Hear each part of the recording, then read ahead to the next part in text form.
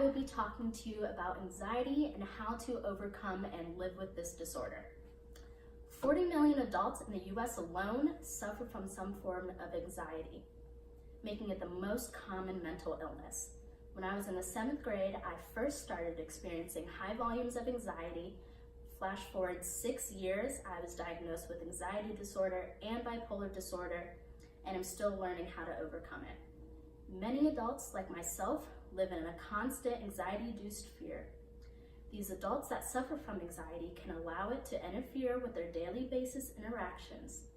However, discovering the underlying causes, triggers, and learning how to possibly overcome the disorder can immensely improve their communication and skills overall. Finding the underlying causes of anxiety. There are many types of anxiety disorders, such as OCD or obsessive compulsive disorder, panic disorder, social anxiety disorder, and so on. The first steps to move towards overcoming anxiety is to find the underlying causes. Traditionally, anxiety affects more women than men. Most scientists believe the reason behind more women experience it is due to the constant change of hormones that go on in the body, making them most susceptible to anxiety. Though men still experience anxiety, there's a stigma around the disorder and perceiving men that will suffer from it to be weak. Due to the stigma, majority of men will not admit to their disorder in the fear of what others will think of them. Other causes can be due to biological and genetically based reasons. For example, anxiety disorders can be passed in as a genetic trait, meaning if someone in a given family suffers from anxiety, another family member is more likely to suffer from it too. But not only can anxiety be a genetic trait, it can also be a biological one. Disorders like anxiety and depression can cause neurotransmitters to change sporadically, causing a chemical imbalance in the brain. Another cause can be from having grim experiences from childhood or past environments. For instance, if a child was abused, he or she may grow up to be anxious around people who resemble their abuser. Or someone could have gotten into a bad car accident in the past while they were driving in the snow, so every time it snows, they may be anxious about getting in a car. Overall, anything can be the cause of a person's anxiety, but finding similarities to common ones can help determine their own anxiety. Moving on to common triggers of anxiety. The next step is to figure out what personally triggers an individual's anxiety. One typically common trigger can be walking into a stressful situation. For some, that may be going to work or school. Others can be as simple as having to talk to someone.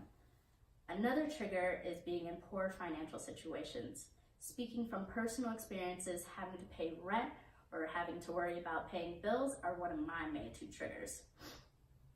An additional trigger can be attending a social event. Being surrounded by a large group of people can make one feel claustrophobic or simply uncomfortable. Though all of these can be troubling for individuals, one of the most frequent type of triggers for anxiety is confrontation. Whether it be addressing a troublesome situation to another person, experiencing a form of sexual harassment, or just the fear of upsetting somebody. Any form of confrontation could be detrimental in someone's eyes, which in return causes them to overload with anxiety. And this picture right here is different types of triggers that different people experience, such as like rapid heartbeat, insomnia, memory issues, avoidance, and so on. I personally experience a lot of overthinking, memory issues, sweating, stomach issues, panic attacks, and a lot more. The final step is overcoming the anxiety. One option can be finding care, is going to therapy. I go to therapy every 2 weeks, and I get to talk to my therapist about anything that has happened within the past weeks that have caused my anxiety to raise, or things that happen that would lower it, and so on. For some, going to therapy and discussing with a professional about his or her personal problems can be effective. In return, the therapist may even be able to give advice on ways to overcome one's personal anxiety. Exploring his or her past can also be another effective way. Exploring the past can allow someone to review a situation that could possibly be the result of anxiety in their present life that they have noticed before. They could also look back to when the triggers first came into play to determine if in the time period an event had happened that allowed those triggers to manifest. For example, when I moved here in the 7th grade, I went from an extremely social and outgoing life to being sheltered because I was away from my family, I was away from Florida, I was away from all these things that used to make me happy and used to make me feel okay. And then moving to Maryland had caused all that to kind of go downhill and started manifesting anxiety in me. One final option can be medication. For instance, when I was diagnosed with my disorders, I was prescribed a mood stabilizer called lamotrigine to level out my anxiety.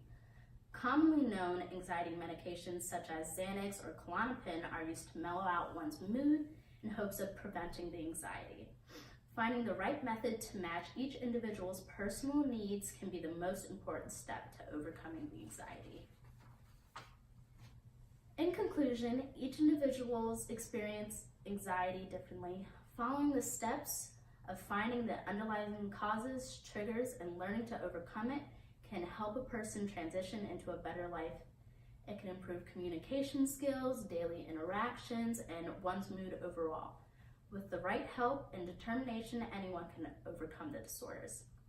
Thank you for attending my speech, and if you have ever experienced any forms of anxiety, please consider reaching out to someone, a close friend, a family member, or even myself to help. I appreciate it.